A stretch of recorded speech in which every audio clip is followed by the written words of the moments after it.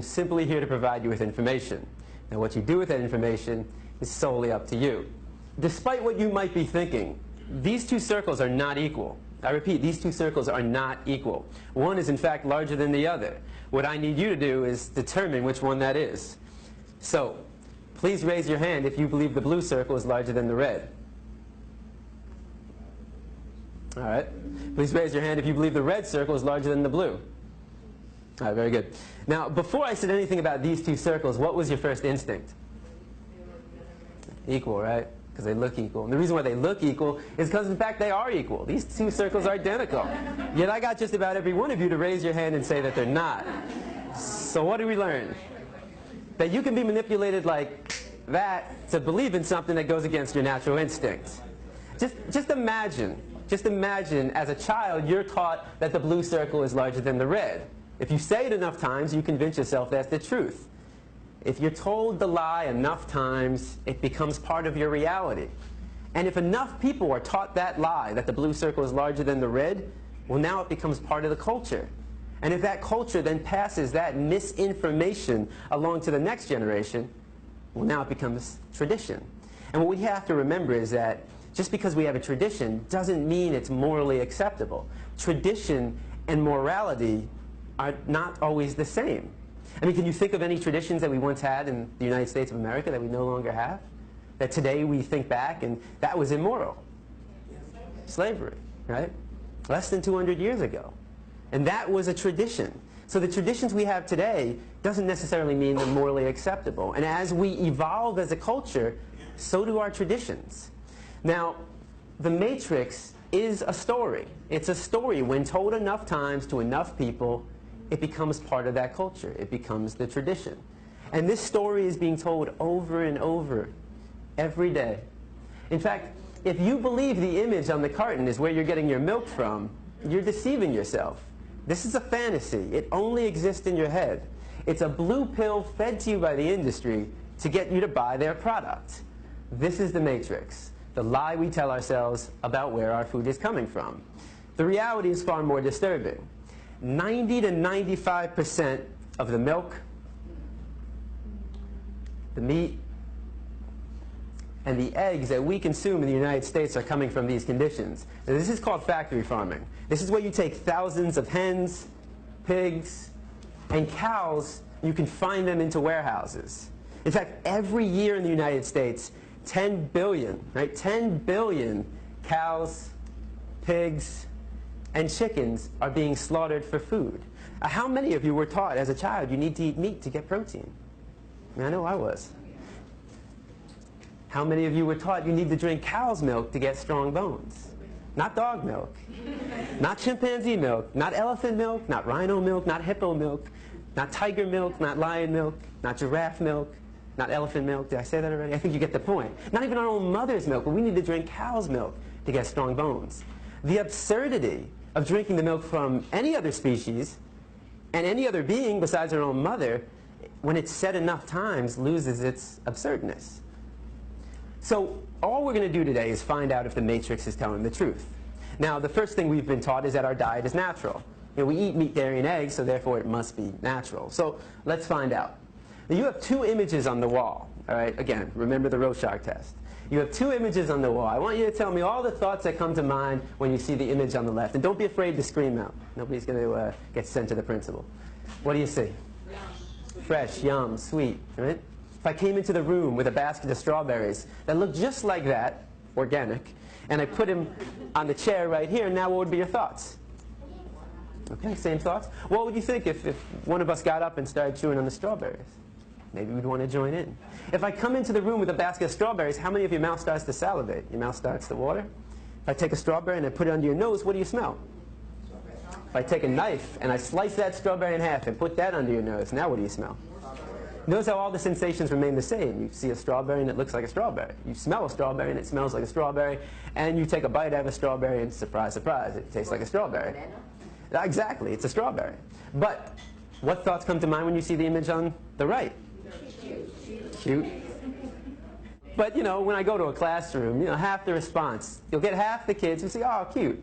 Animal. Pig, Wilbur, babe. So half the class will see an animal, and the other half of the class will see bacon, sausage, ham, pig, sweet pork, and hot dog. They'll see a food. It's one or the other. You're either seeing an animal or you're seeing food. Now, what would happen if I took one of the pigs living, brought him into the room right here, and put him right in front of you? Does that change it? Now what do we see? And I mean, what would we think if one of us got up and started chewing on the pig? Not very normal. If I come into the room with a pig under my arm, how many of your mouth starts to salivate? Right? If I take a pig and I put it under your nose, what do you smell? You smell a pig. Just like if I took a dog and put it under your nose, you smell a dog. A cat, you smell a cat. If I took a knife and I sliced that pig in half and put that under your nose, now what do you smell? You smell the stench of death. You smell a rotting corpse, bacteria, decomposing flesh. You see, there's a process involved, and I'm here today to show you that process of how you convert this animal into this product. Why should it be kept a secret? Why should we not know what we're participating in and what we're putting in our body? Now, let's make the situation slightly more realistic. If I were to put a pig on this side of the room living and a butcher's knife on the side of that room, I mean, how many people would be willing to pick up the knife and take the life of that animal? It's very rare, right? And if somebody did that, that's all right, but how many people in this room would try to stop that person from doing that? Right? Would we try that? Of course. That's compassion. I mean, that is the greatest quality of the human race. There's no other species on this planet that has that level of compassion to extend to all living beings. But if you would stop somebody from killing a pig in front of you and then go home and have this for breakfast, well, that's called hypocrisy. You know, just because it comes in a nice, neat package all dressed up in your supermarket, just because you didn't take the knife and shove it through their jugular, just because you didn't get blood on your clothes, and just because you didn't hear their screams doesn't mean you didn't participate in the killing. Every time we buy this product, we are supporting somebody else doing what we ourselves wouldn't want to do, what we ourselves wouldn't want to see, and what we ourselves wouldn't want to hear. Now, if you still see bacon, sausage, and ham when I bring a pig into the room, what happens when I change it to, there we go. All right. Ah, right. It's the common response. Now, I've never heard anybody say yum. Nobody ever sees dog feet, hot dog. So why not? Why don't we see a food? Well, we've been accustomed to view this animal as our pet. I mean, how many of you have a dog or a cat, right? How many of you have a pig? Not so much. All right, so, but there are other cultures. There are other cultures. Again, the cultural story for us is, this is your pet. In another culture, certain parts of the world, they eat cats and dogs. That's their culture. That's their story they've been told. And how do we feel about that? A lot of people think it's disgusting. Right? I imagine every one of you probably thinks it's disgusting to eat a dog. Why would it be disgusting to eat this animal and not disgusting to eat this animal?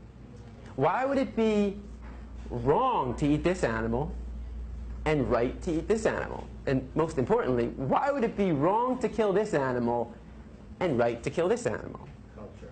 It's culture. It's the story. It's the matrix that we've been told. But culture is just a story. That's all it is. It's just make-believe. What I'm concerned with is what is natural to the human species. Because every culture has a different story. So let's take a 3-year-old from any country in the world, and you put that 3-year-old in a room, and you line up 5 animals in front of that 3-year-old. A pig, a dog, a cow, a cat, and a chicken. Do you think the 3-year-old is going to know which one to eat and which one to pet? What's the 3-year-old most likely going to do, or try to do? Play with them all. It's going to try to play with them all. The 3-year-old has to be taught, no, no, no, no. Don't play with him. Eat him. Play with him. Pet him. That's what we were taught. We didn't choose our diet. Our diet is a learned behavior. We were raised to perceive this animal as your pet and this animal as your food. But that's not the natural perception. The natural perception is that they're all of our companions. So our parents chose our diet based upon the cultural story. And if you have children, you base their diet on the cultural story being told, which is the same story. If you don't walk outside right now and you saw somebody taking a baseball bat to a dog's head, what would you do? You take action. At the very least, you'd call the police because you recognize that as a violation of this animal's right to be free from harm. Now, if you were to walk outside right now and you saw somebody taking a baseball bat to a pig's head, would your emotional response not be the exact same thing? Of course. Because the question for you is, what's the difference? What's the difference between the two? Right?